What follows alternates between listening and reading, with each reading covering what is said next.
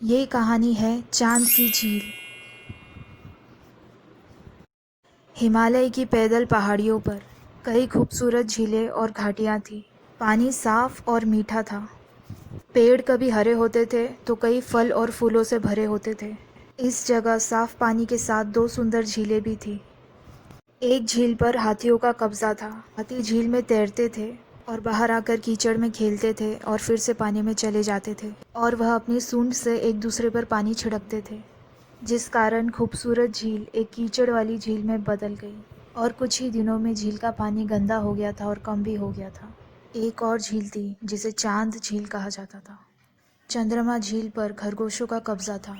खरगोश समझदार थे, वह झील का सम्मान किया करते थे और वह झील को भगवान मानते थे। झील में सुंदर कमल के फूल थे। खरगोशों ने इस झील को हर समय एक साफ सुथरा बनाकर इसे एक खूबसूरत जगह बना दिया। वह कमल लेते और चंद्रमा भगवान को अर्पित करते। एक दिन ऐसा हुआ जिस झील पर हाथियों का अधिकार था वो सूख गई थी। उनके पास पीने के लिए भी पानी नहीं था। नहाने के लिए पानी नहीं था। वह पानी में खेलने का मजा लेने से चूक गए। सभी हाथियों ने अपने राजा से नई झील खोजने का अनुरोध किया। हाथियों के स्वामी का नाम गजेंद्र था। गजेंद्र पानी की तलाश में गया। जब वह एक ऊंचे पे चढ़ा तो उसने देखा कि दक्षिण दिशा में पानी के निशान है। उन्होंने अपने सभी दोस्तों और सहयोगियों को आदेश दिया कि वह दक्षिण की ओर नई झील के रास्ते में उनका पीछा करें। नए रास्ते में हाथी पेड़ों के बीच भाग गए। उन्होंने पेड़ों की शाखाओं को खींच लिया और पक्षियों को डरा दिया।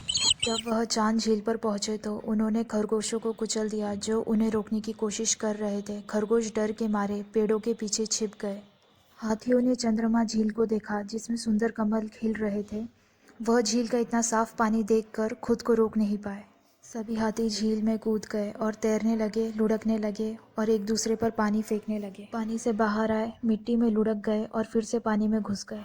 खरगोश हाथियों के कारण होने वाली सभी व्याकुलता को देख रहे थे। वो हाथियों की तरह शक्तिशाली नहीं थे। वह शक्तिशाली हाथियों से डरते थे। हाथी खुशी से झील के बाहर निकल गए। हाथियों ने फूलों को नष्ट कर दिया था। चमचमाता साफ पानी कीचड़ युक्त पानी में बदल गया था। खरगोश दुखी थे क्योंकि हाथियों ने पवित्र चंद्रमा झील का पता लगाया था। सभी खरगोश ने एकजुट होकर अपने स्वामी से अनुरोध किया कि वह हाथियों को उनके क्षेत्र में आने से रोके। खरगोशों के नेता ने हाथियों को रोकने में अपनी बेबसी जाहिर की। उस समय एक युवा बुद्धिमान खरगोश अपने विचार के साथ आगे आया। उसने नेता से विनती की कि वह उसे अपनी योजना के लिए अनुमति दे। खरगोश के नेता युवा खरगोश के लिए सहमत हुए और अगले दिन खरगोश के नेता हाथी के नेता गजेंद्र से मिलने गए। उसने सुना था कि गजेंद्र दिल का अच्छा है। अगले दिन गजेंद्र ने खरगोश से पूछा, तुम कौन हो, मुझसे क्या चाहते हो? खरगोश ने कहा, गजेंद्र, मैं चंद्रमा भगवान का दूत हूँ।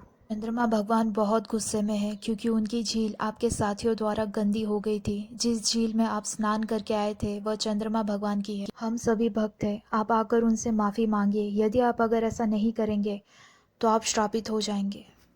तब गजेंद्र ने खरगोश से पूछा, मैं कैसे विश्वास करूं कि झील चंद्रमा भगवान की है? हमने उसे झील के आसपास भी नहीं देखा है। तब खरगोश ने बिना डरे कहा, चंद्रमा भगवान झील में आ गए हैं और वो आपको देखने के लिए इंतजार कर रहे हैं। कृपया मेरे साथ आइए और खुद को चंद्रमा भगवान के अभिशाप से बचा लीजिए। गजेंद्र खरगोश के साथ जाने को तैयार हो गया। तब तक वह चंद्रमा झील पर पहुंच गए और आसमान में चांद चमक रहा था। खरगोश उसे झील के पास ले गया और झील में खरगोश ने चांद को पानी में दिखाया। गजेंद्र ने खरगोश की बात मान ली और चंद्रमा को प्रणाम किया। उसने चंद्रमा के सामने प्रार्थना की और कहा, मैं और मेरे साथियों ने आपकी झील का पानी गंदा किया। इसके लिए मैं आपसे माफ़ी मांगता हूँ। मैं आपसे वादा करता हूँ मैं अपने साथियों को दूसरी जगह ले जाऊँगा। हम आपकी झील और आपके भक्तों को परेशान नहीं करेंगे। कृपया हमें क्षमा करें और हमें श्राप से मुक्त करें। तभी खरगोश ने धीरे धीरे झील के पानी को छुआ। खरगोश के छूते ही चंद्रमा की छवि थोड़ी सी हिल गई और ऐसा लग रहा था जैसे उसने गजेंद्र के अनुरोध के लिए सर हिलाया हो। गजेंद्र झील से दूर चला गया। वह अपने साथियों को दूर स्थान पर ले गया। राजा खरगोश ने युवा खरगोश की चतुराई की सराहना की। राजा खरगोश ने उसे अपना सलाहकार बनाया। थोड़ा साहस और प्रतिभा ने खरगोशों के कबीले को बचा लिया। वह खुशी से रहते थे और चंद्रमा भगवान के वास्तविक भक्त बन गए। चंद्रमा का नाम लेने से वह सभी बच गए।